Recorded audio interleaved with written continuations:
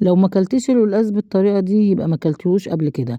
يلا هتعمليه معايا بالطريقة ديت، وبطريقة بسيطة سهلة جدا، وهتقشريه وهتنضفيه بطريقة حلوة جدا. لو عندك كمية مش هتاخد منك اي وقت. اهم حاجة تجيبي كيلو القلقاس يكون قلقاسية او قلقاستين عشان ياخدوا سوا واحد.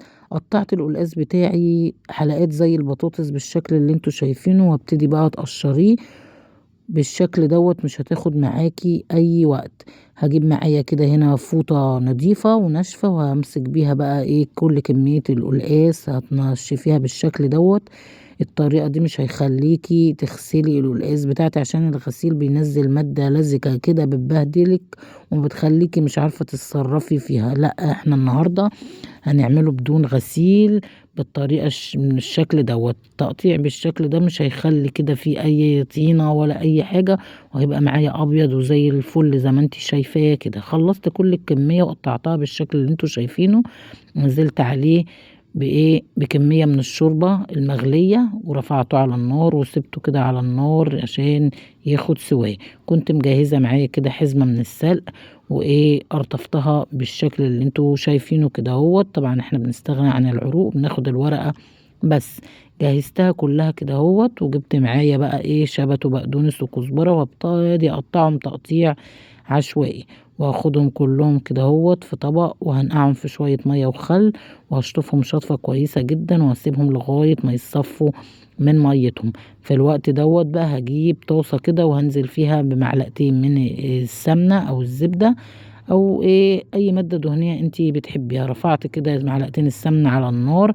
اول ما السمنة ساحت معايا نزلت بقى بكمية الخضرة بتاعتي، وهسيبها تاخد صدمة على النار لغاية ما تنزل المية بتاعتها او السوائل بتاعتها. هنا كده كانت نزلت السوائل بتاعتها. هسيبها لغاية ما تنشف تماما، لغاية ما تتحمص معايا بالشكل ده. وهبتدي بقى انعمها بظهر ايدي الهون كده، او في الكبة او بظهر المعلقة حسب ما انتي حبة. ونزلت عليها بمعلقة من التوم المفروم ورشة كده من الكزبرة.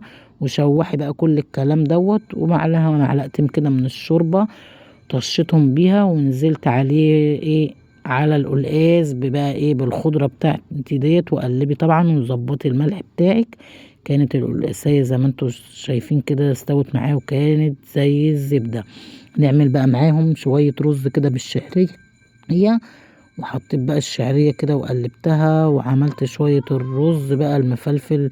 اللهم بارك، كان بالشكل اللي انتوا شايفينه تحفة كده اهوت. وابتدي بقى اقدمي بقى القلقاس. ربنا يحسن ما بين ايدينا. والقلقاس كده شكله اللهم بارك. دي الطريقة بقى اللي احنا متعودين عليها من زمان، طريقة اجدادنا وطريقة امهاتنا.